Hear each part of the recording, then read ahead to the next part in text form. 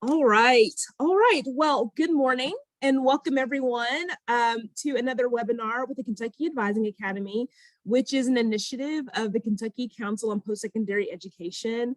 We are so glad that you decided to join us today and hope that you're energized by the information that you receive.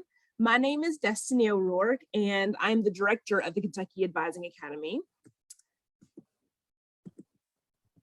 I am joined today by my colleague, Michaela Manier.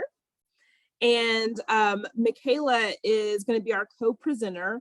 And there are several colleagues who will introduce themselves in the chat. I'm going to go ahead and have Michaela take a moment and just introduce herself to you all. Yeah, thanks, Destiny. Good morning, everybody. I am thrilled to be with you this morning. I am with the Kentucky Council on Post-Secondary Education as well as a Senior Associate for Academic Affairs. But just a background on why I'm here today, I came from the admissions world. I worked at UK under the admissions sector for 3 years. So this transition to college is near and dear to my heart, and I'm excited to help you all learn some more about the process. Thank you, Michaela. So, all right, we want to know about you all. So if you would please just take a moment to make sure your name is showing up on your screen. You can do that by clicking on participants and then clicking on the 3 dots beside your name. And it'll also give you an opportunity to rename what we see on your screen. So also, just for fun, take a moment to introduce yourself in the chat. So we want to know your name, your organization, your title, and if you prefer your paper towels to flow over the roll or under the roll. I am an over the roll kind of gal, so just curious what you all are out there. So take a moment to introduce yourselves in the chat.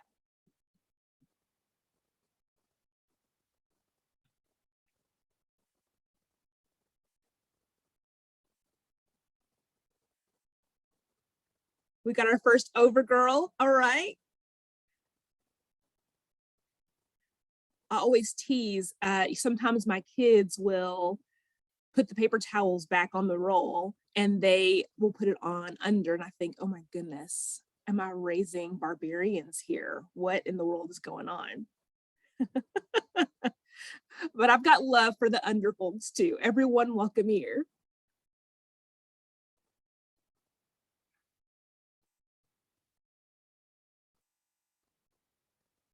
Vertical dispenser.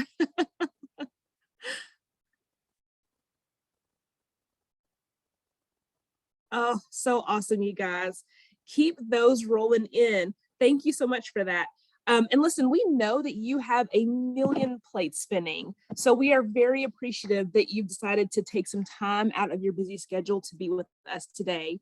I want you to know that ELA credit is available for our webinar, and we'll give you that information at the end of our time together.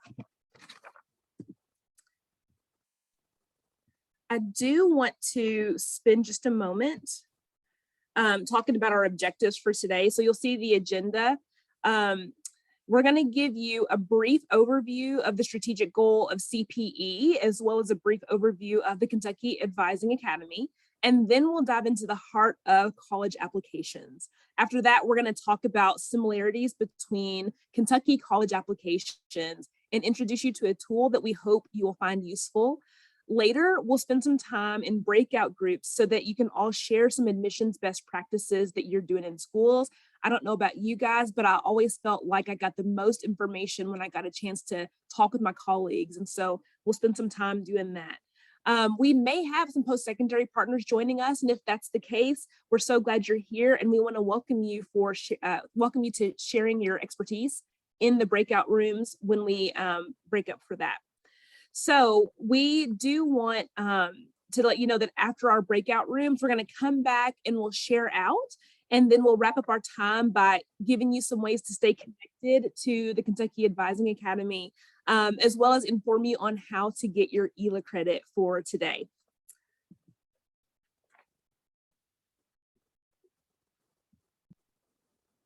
All right, so I want to kick off this portion, and it's just because with the Kentucky Council on Post-Secondary Education, One thing we really want to do is get as many people from our state to have some form of credential, whether that is a technical certificate or degree, whether that's a 4-year degree at a post-secondary institution. We want everyone to know that in this labor market, currently so many jobs are demanding some form of credential to make sure you're certified to do that job. So some of you may already know this, but Kentucky CPE has a goal of 60 by 30. And so what that basically means is that we wanted to have 60% of our population to have some form of the credential by the year 2030. It's really important for our economic growth and mobility, as well as just allowing our population to be independent and really rely on themselves to grow socially. So that's one reason we want to set that tone, that this is really important work. We thank you all for being part of that, and everything you do every day is helping lead us to that goal.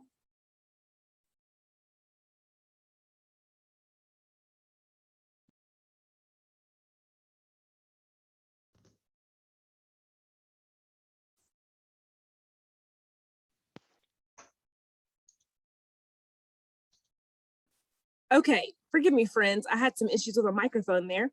Okay, I want to share with you the purpose of the Kentucky Advising Academy. This is a new initiative and we're so excited about it. So I do want to spend just a brief amount of time making sure that you understand who we are and what we do. And so we exist to provide support to school counselors and really all professional educators who find themselves in some sort of post-secondary advising role. We deliver professional learning services and resources in order to help build knowledge, capacity, and community. And we want to make sure that there are many ways for people to engage with us. And so I want to talk about the services we provide in just a second here. Listen, post-secondary advising is 100% of what we get to do every single day. And we know that you are very busy, spinning a lot of plates in your roles. And so hopefully we can help to lighten the load when it comes to the advising process piece of it. So currently, the services we provide include a podcast, which happens monthly, and then this webinar, which happens monthly also. Typically, the podcast and the webinar are related in their topic, and that's intentionally because maybe you only have 10 minutes to engage with us. Well, then the podcast is going to be a great way to get a quick bit of information.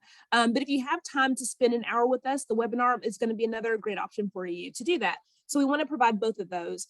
We're actually going to start taking our show on the road this fall, and in the fall and the spring, we're going to host some professional learning in the educational cooperatives. They will be full day in-person workshops where you'll get a chance to hear some information, but also, just think about how to build systems in your school around post-secondary advising, just so that you have some relief. And of course, the chance to interact with your colleagues around the state, and just to hear best practices from other folks will be incorporated into that day as well. Starting in September, we're going to offer a quarterly newsletter, and we're excited about that because it's a chance for us to recap the topics that we've talked about and to provide some resources around those topics. We also want to spotlight you guys. We know that there's awesome advising happening all across our state, and so we want to spotlight the great work that you're doing, and then we want to amplify our partner voices.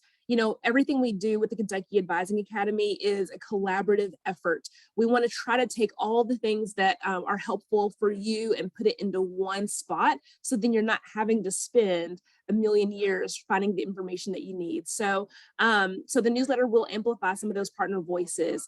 And then we're also working with a national strategy group that will help us to build an online toolkit. And so that online toolkit has a lot of stakeholder feedback, people from across Kentucky and their voices and what you all want. But then also we're aligning that with some really great toolkits nationally and making sure that we bring you the best of what's out there. So look for the online toolkit to go live in January, and we'll keep you posted as that happens.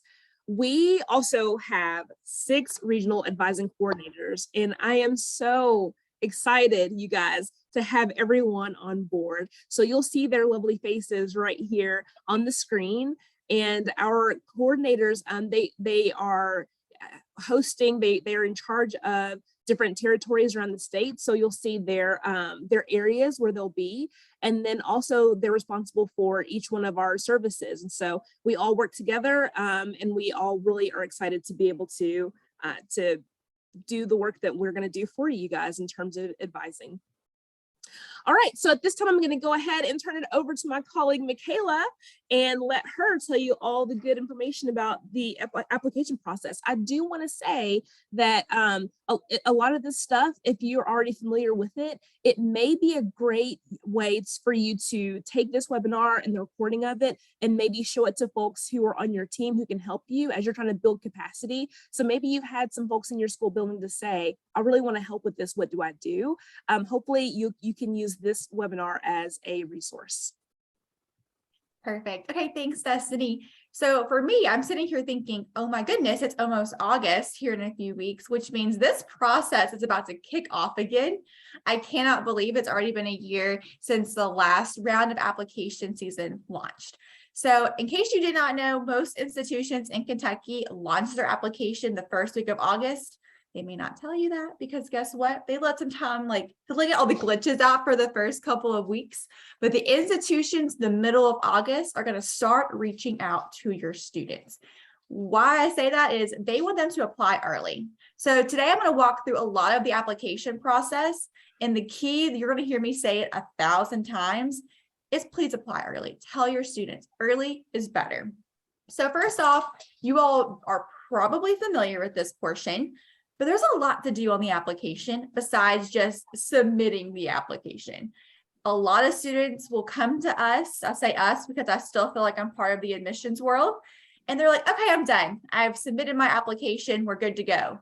Not necessarily. And so we're going to walk through little pieces of that checklist throughout this presentation. But the key thing to really remind your students is there's more to do besides just submitting the questions that they're asked. You have to have that application fee, the transcript, the test scores. And sadly, but thankfully, we're here today to talk about this. Some of this relies on you all sending that in. So we really want to make it clear that it's the student's responsibility to request it, but we want you to know what they're going to be coming to you for. So on that note, I want you to know one different definition though. Whenever I say apply early and getting all of those transcripts and things in as soon as possible, it's because there's a difference. A student can apply early action or early decision. If it's a public institution, often that means they're going to apply early action. What that means is it's not going to commit them to the institution. Early decision, however, means they're committing to the institution if they are admitted. A lot of times you see that maybe at some bigger schools or perhaps at private institutions. So just be mindful of those deadlines and what's going to impact the student. So if a student's saying they're applying early action versus early decision, make sure to lay out what that means, if it's committing them and binding them to that institution, or if it's just saying, hey, you're applying early, let's get all your checklists out in. That way then it's like a domino effect, and I'll explain that next.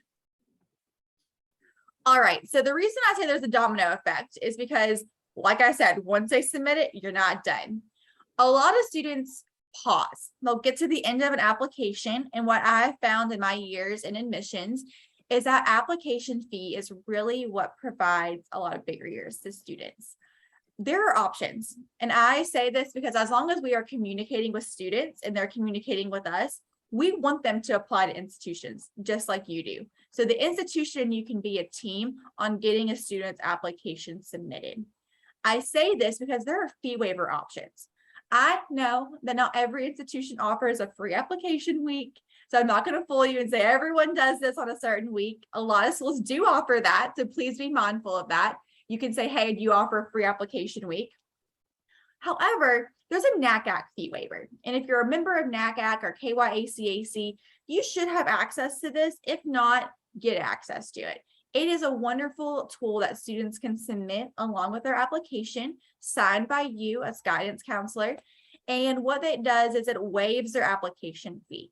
We don't want a $30 to $50 application fee to prevent a student from applying. We know that that is crucial. Some kids are working part-time to support their families.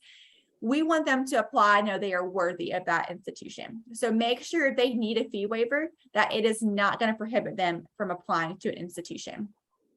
Next is transcripts. This causes so much confusion because a lot of times it's tricky.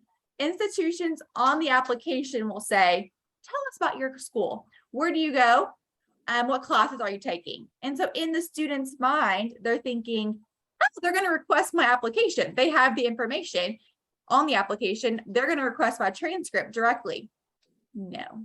So that is where a lot of students might be thinking they're meeting that early action deadline. However, if their official high school transcript was never requested and sent in, that may prohibit them from being an early action or early decision student. So we need through Parchment, or you can always email it into the institution, their official high school transcript. So we know that a lot of students maybe are confused by that process. So maybe just walking them through that early in the year, how they can access Parchment, or maybe what your school's specific protocol is to requesting transcripts. And then test scores.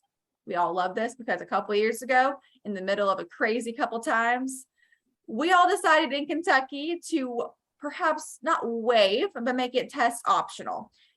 We know that an ACT score or SAT is not the highest and best indicator of a student's college readiness. Students are still welcome to submit a test score in Kentucky. It can't hurt their application, so please remind them of that. But let's say they're like, this does not reflect who I am. In a lot of schools, they don't have to submit it anymore. It's up to the student. So if they are submitting it, great. Just be mindful and tell them, ask the institution, are you going to look at my true composite score or a super score? There is a difference. A lot of schools for scholarship purposes in Kentucky only look at true composite. That way it's even across the playing field and not doing multiple scores, because not every student can afford to take it multiple times. And then also emphasize if the students are going to apply with their test score, just go ahead and send it when they take it, because like I said, it can't hurt them. Michaela, if you don't mind, there's one thing I wanted to make sure to highlight Oh, here. absolutely. Yes, and that is when it comes to Parchment, it's now available for free to students through the month of October.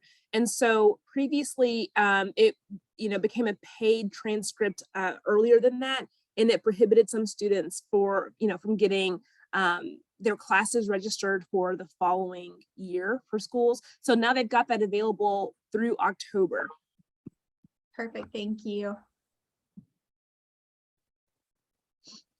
Okay, so then we just talked about all the different checklist items. Once a student is accepted, there's still more to do. The application process does not end when they get that amazing letter that says, hey, congrats, you're accepted. Because guess what? Let's say they apply early and they get accepted early. It's so easy for students to sit there and say, okay, it's like November. I have until May or June of next year to get all this done, right? Not necessarily. And you all know that just as well as I do. First things first, make sure if they have not already, please do the FAFSA. I do not care if they think they are going to get the most or the least amount of financial aid. I need them desperately to fill out that FAFSA. As an admissions counselor, I used to beg students to do it because there's a lot of other indicators that they use the FAFSA for. That could be a kind of hybrid scholarship that maybe the institution has extra funding at the end of the year. They're going to look at that need and say, oh, we have some gaps. Let's help that student fill some gaps. So please know the FAFSA serves so many purposes, even outside of traditional work-based learning opportunities and loans.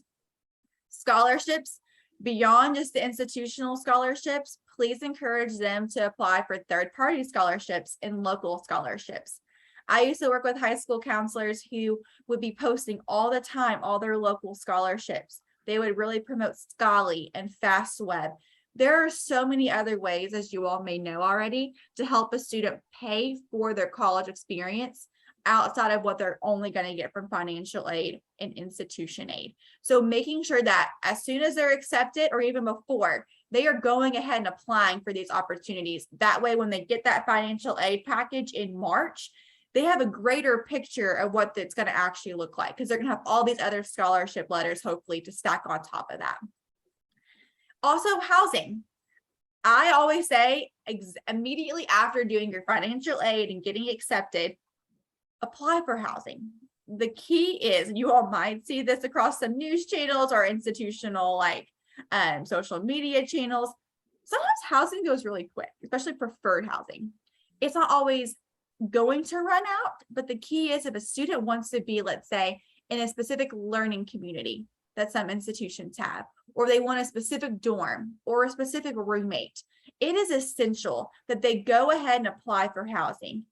A lot of students think that applying for housing commits them to the institution. And we know a 17, 18-year-old is not wanting to commit their whole life away. Obviously, I was there not that long ago, although it's been a while now. And I just tell them the earlier you apply, the more opportunities you have in front of you for where you're going to live. Same with orientation.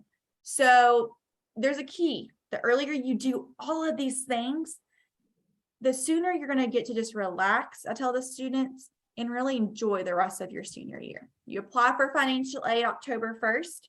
You start applying for scholarships maybe a couple of months throughout your senior year. Apply for housing immediately after you get accepted, because it's not committing you. That means your name is on that list already. And then whenever you are ready to make your decision, once those financial aid offers and scholarship offers come out February, March, you can then register for your orientation by May 1 and know that you have plenty of time to sit and think and digest all of the previous information and make a decision well. And then once you commit, go to an event. I tell students a lot of times it helps ease your nerves of, oh my gosh, I just committed to this institution, because they can go to their admissions counselor. They can go to admitted student receptions and get loved on a little bit and get that excitement built up for what's coming in the fall. So this is my favorite part, because I used to be someone that helped create these systems. So I just gave you a lot of information about what they have to do, and the list looks longer when we lay it out like we did today. It is a lengthy list. However, you all are there to help them, and we know that. And so here are some key ways to help your students. As a former admissions counselor, we loved hosting institution-specific events, but we also loved going to events that other high schools were putting on to support the students. A lot of institutions have admissions counselors assigned geographically to every single high school across Kentucky. So invite them to your school, invite them to come present. That way you're not having to memorize all this information. You're just there to facilitate the conversation. Invite them to maybe do an application workshop. They love doing that. That way it helps walk your students through each individual application. KIA, they also do college application campaigns. We also have where you can host different workshops throughout the year with maybe a partner institution with some community colleges in your area. There's a lot of creativity that you can have. So please be mindful of maybe even hosting college day, where you invite for college signing days. That way it celebrates your students. One key thing that Destiny and I, though, talked about that's maybe not as fun, but very essential: reach out to those admissions counselors. Ask for a list of missing application fees, missing transcripts. That way, then you can reach out on your end or send a reminder to your students that they have some missing items on their checklist throughout the year. So outside of the fun events that get them excited to apply for college, maybe you partner with the institution and say, hey, every few weeks or every month, can you send me a missing items list? That way, then you can follow up with your students and make sure that they're getting their information in on time. And Michaela, if you don't mind, I would love to step in for a second as well. Please do. You were a captain. You go for it, girl. I will tell you, one of the best things that I was able to do for my students was to host what I called open lab days, and I'm sure you'll have much more creative names out there, but essentially every Friday we had it set up where students could come to some sort of open area and they could get the help that they needed. And so they would sign up for this day. I would invite community partners to come in. So I had my local career team person come in. I had my local ETS from TRIO, my local TRIO person come in, admissions counselors. There was a retired English teacher who was wonderful at coming to help students with their college essays. And so that was a one-stop shop that students knew about because it happened regularly. Teachers knew about, and they knew that students were getting things done during that time. And it was a really big relief because we could serve, 25, 30 kids in a day, whereas on my own, I could really only serve a fraction of that. And so, and in addition to that, I just wanted to go ahead and reiterate what Michaela said about the applications, the missing items report. I would ask for those regularly, and it was nice because then I knew how to target individual students on what they needed, and it was much more efficient to make sure that the kids had what they needed taken care of. I'm so glad you added that. Thank you. All right, so I won't go through every single month because I know like that's a lot, but this is just like what we suggest. We have an application timeline for the fall, and in the next slide here in a second, you'll see the spring. So what you'll see is kind of just a reiteration of what we've gone over today. College applications open in August. We get excited. Students start getting mail from the institutions. That's always super fun. I always promote, I'm going to kind of chunk these together a little bit.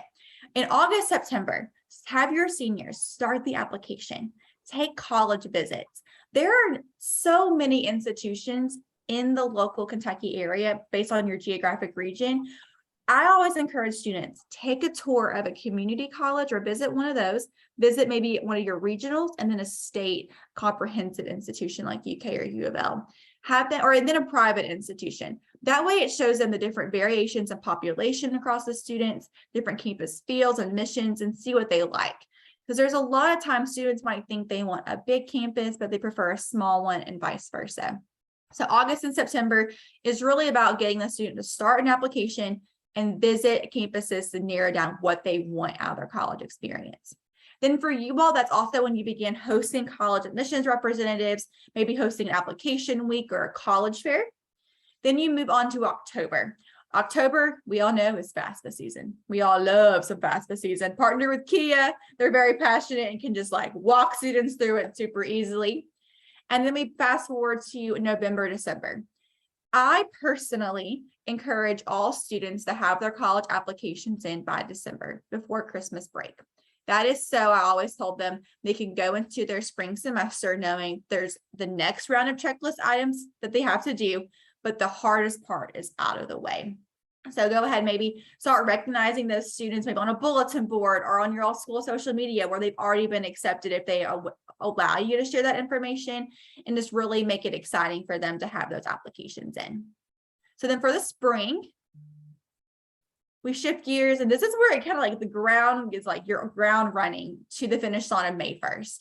So January, February is like a huge scholarship season. Students are starting to get their scholarship decisions from institutions as well as financial aid information. But also I know a lot of times that's when local scholarships become available to you all to post. So really encouraging students to start applying for those. March, they're kind of going to have hopefully that big picture overview of what their cost is going to be at each institution. Maybe encourage them to say, hey, sit down. Let's go over what the true financial picture is going to be and provide them some advising. Maybe use the calculators available on the institution's website to tell them what their final cost is going to be so they can do a cross comparison. And then March and April is really where housing applications and housing decisions come out. And then orientation, my favorite time of year. I'm so jealous I'm not on campus this year doing it. But that's when orientation begins. Sometimes they have early decision orientations, but also that's when orientation registration really picks up. And we encourage students to do that by May 1st. If they need to still though commit, please encourage them to attend some admitted student days or receptions in April to really kind of narrow down their final choice. Now, this might be shocking to a lot of you. So we've talked about the process and we've talked about all the things, which is overwhelming to a high school senior and probably to you all at some point because you have a lot on your plate, like Destiny mentioned. But here's the little secret. There is more similarities across every institution than differences. I was nosy this year and applied to every public institution under a CPE email, and I will be the one to tell you, all the questions are the same except for a few. So if that encourages you whatsoever, if a student is applying to a public institution in Kentucky, for the most part, these are the questions that they're going to be asked. There's some categories: demographics, contact information, academic history. Great. Only a few schools ask them for maybe community service, maybe their extracurricular lists, and then an essay. Those are the only differences besides application fee rates. So just to know, there's more similarities than differences, and hopefully that's encouraging. I would recommend going to different counselor events in the fall that each institution hosts. Or I know there's one that KYACAC in UK presents typically every year that does a comprehensive overview with every institution included webinar style. And that gives the institutions a chance to share their differences with you all. All right, Destiny, it's back to you.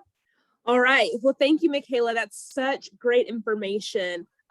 Speaking of the similarities in different applications, I wanted to thank Michaela for taking some time and developing a mock college application that you all can use. I think it's a great tool and you can be really creative with it. And so I was just going to put out there a couple of ways you might consider using that.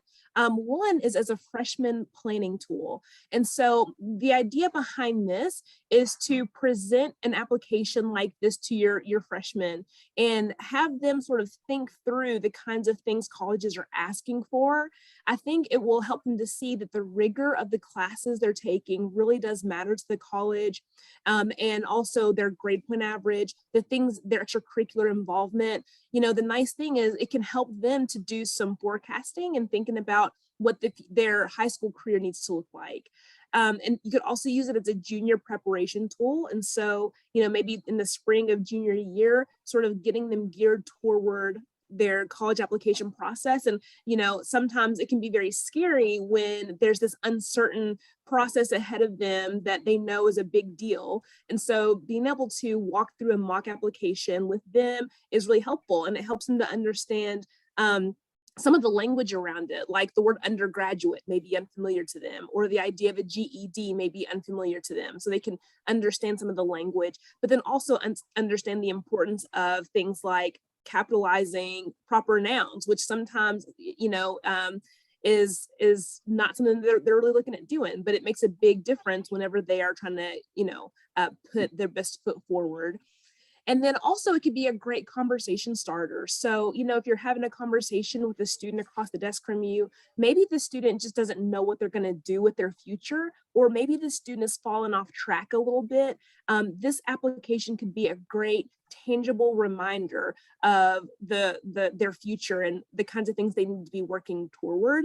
And so being able to put it in front of them and help them see kind of what's on the horizon, what the potential for their life could be, might be a helpful thing. And then also, I think it'd be nice to use it at parent events, because some parents, if you have a lot of first generation students in your populations, maybe their parents aren't familiar, but still want to be involved in the process. And so this could be a great tool to put in front of parents and have them work through it with their students, so then they feel a little more confident as they're walking their students through this process. So we do plan on sending this application after the webinar. It should come with your ELA credit. And so you'll have access to that. And then it will ultimately live on our website, and we'll put links to that at the end of our time together today. Okay, so having said that, we want to spend some time in breakout rooms. I just feel like building community is such an important part of the work that we're doing, and you all are full of ideas and things that you're already doing at your schools. And so we wanted people to spend some time together sharing those best practices. We're going to spend just about 15 minutes in breakout rooms. And we wanted you to know that each room is going to have the same conversation topics. You've already been randomly assigned to a room. And so if we have any post-secondary partners joining us, definitely pop in there, share your expertise with us. When you get into your breakout room, you'll need to select someone to record notes and also select someone to report out for your room. And so there's going to be a facilitator in each room. So you'll have that available. And so we look forward to meeting back with you all in just a few minutes. Enjoy your breakout time. We're going to head there now.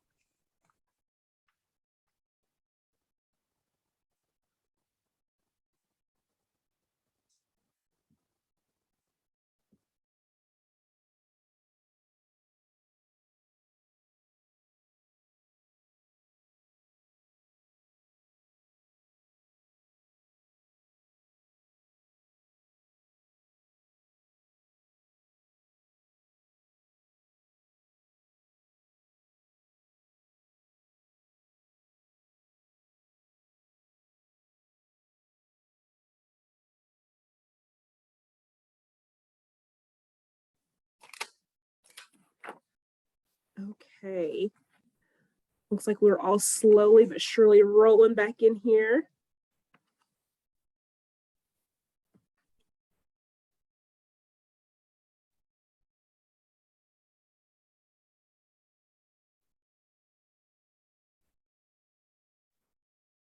All right, we'll give people just another second to get back into the main room here.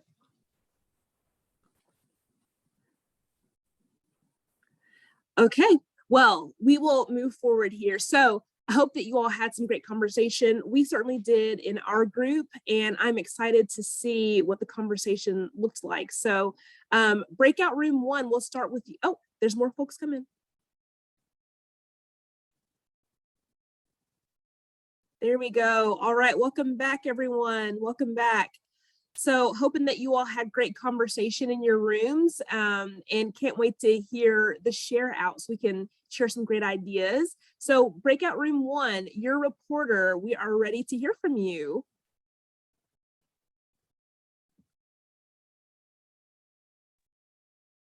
Melanie, would you like to share? Or do you want me to go through it? You got it. Okay, so I have our document pulled up. So there was a lot of great conversation. So for the first question, how do they handle their post-secondary workshops?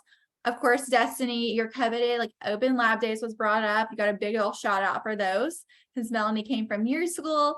And then I know I personally brought up, like, if possible, not doing lunchroom visits.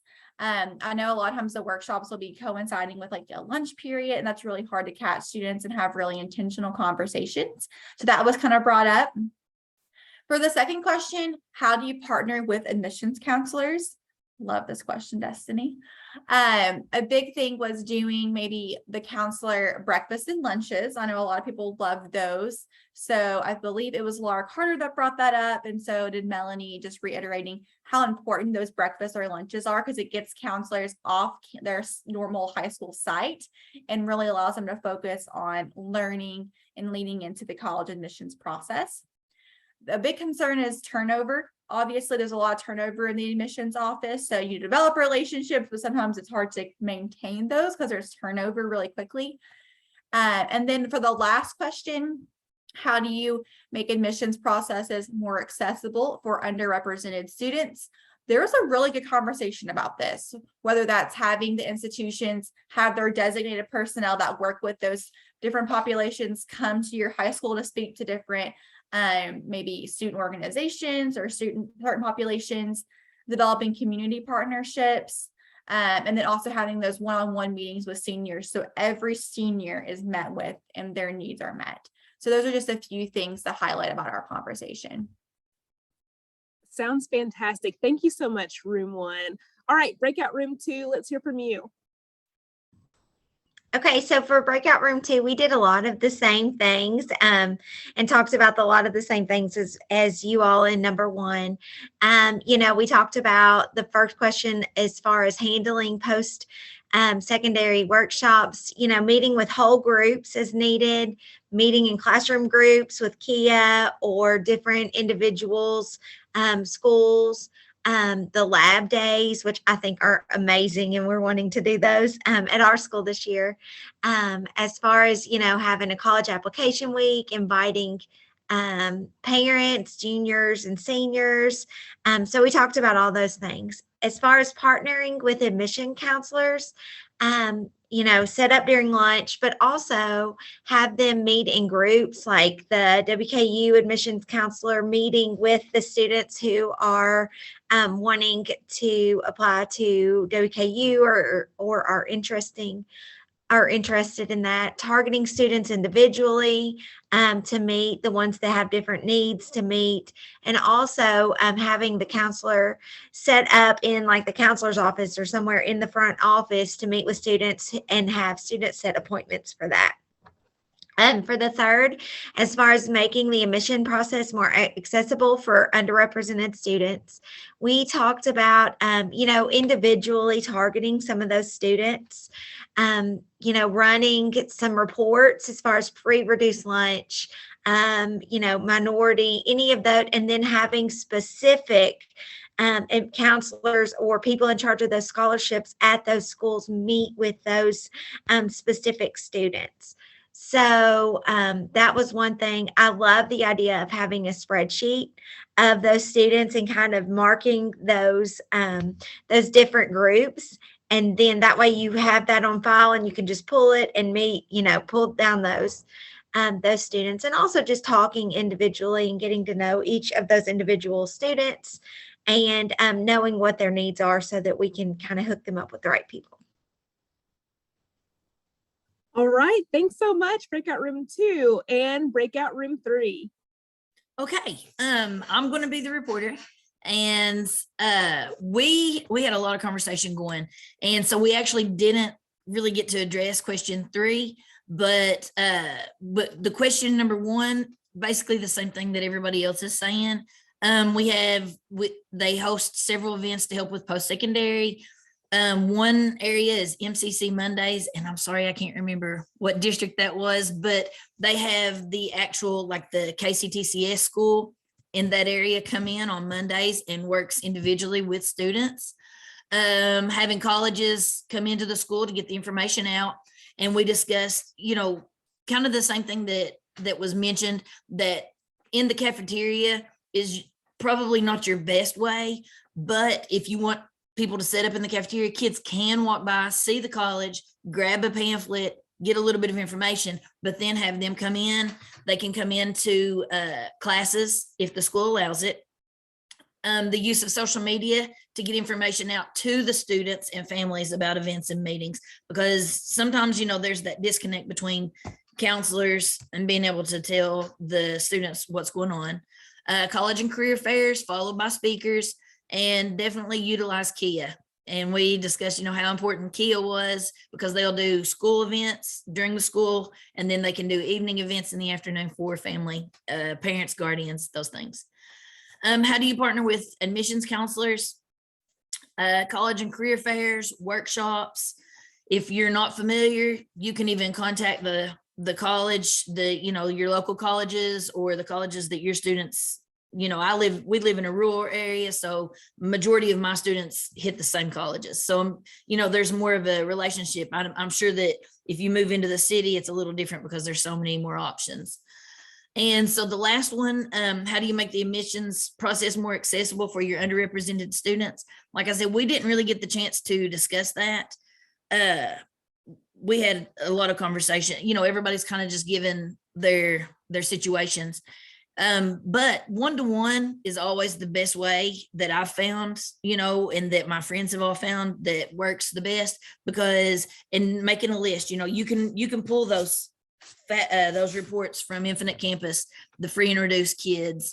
You can, speak to your special education lead to find out, which students do you need to kind of, assist in the process. Awesome. All right. Thank you, breakout room number 3. So I realize we're getting very close to our time here. I am going to just pop back our presentation, and then we will wrap up and make sure that you get your ELA credit here. So I just want to make sure that you're aware our next time together is going to be August 11th. We're going to be talking about supplemental materials, and we'll have our guests from Berea College and from Center College. You can register for that by using the QR code or going to our website, cpe.ky.gov/advisingky, and you'll see the upcoming topics as well. So in September, we're talking about a really neat tool offered through KIA, the FAFSA Completion Initiative tool. In October, we'll talk about university scholarships and hopefully get some good conversation going around what schools are doing in that regard. November, military, and in December, workforce. So that's what's on the horizon. We do hope that you'll join us for those webinars as well, and that you'll spread the word and bring your friends. I do want you to know that we're coming to a region near you very soon. So September and October, we're going to have full day in-person workshops at your educational cooperatives. This is open to all educators and post-secondary advising professionals. So school counselors, teachers, those community partners that you work with, we want you all to know that you're welcome to come to that. We'll have registration information for that very soon. We'll send that out through your cooperatives and through our social media and through our distribution list. All right, here's the grand moment here. So if you will just scan the QR code and complete the form, that's how you'll be able to get your ELA credit for our time together. I do want to remind you that there are great ways to stay connected with the Kentucky Advising Academy. And so you can follow us on our social media channels. We've got Facebook, Twitter, and Instagram at Advising KY. And then this webinar and all of our webinars will be posted to YouTube after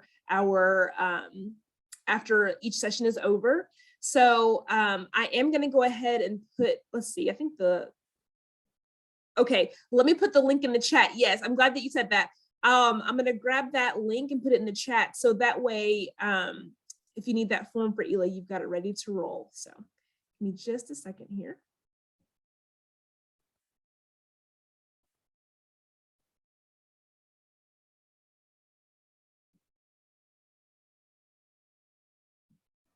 All right, that is coming right now.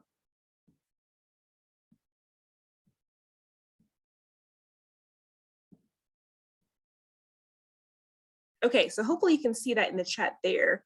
So that is the link for ELA credit. And then while I'm here, I'm going to go ahead and put the link to register for the August webinar so that you've got that.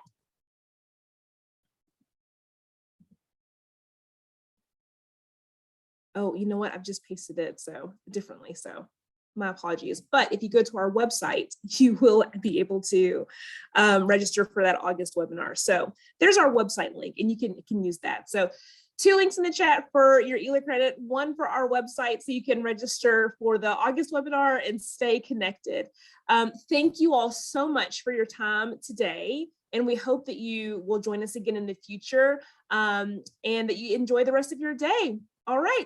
Thank you all so much.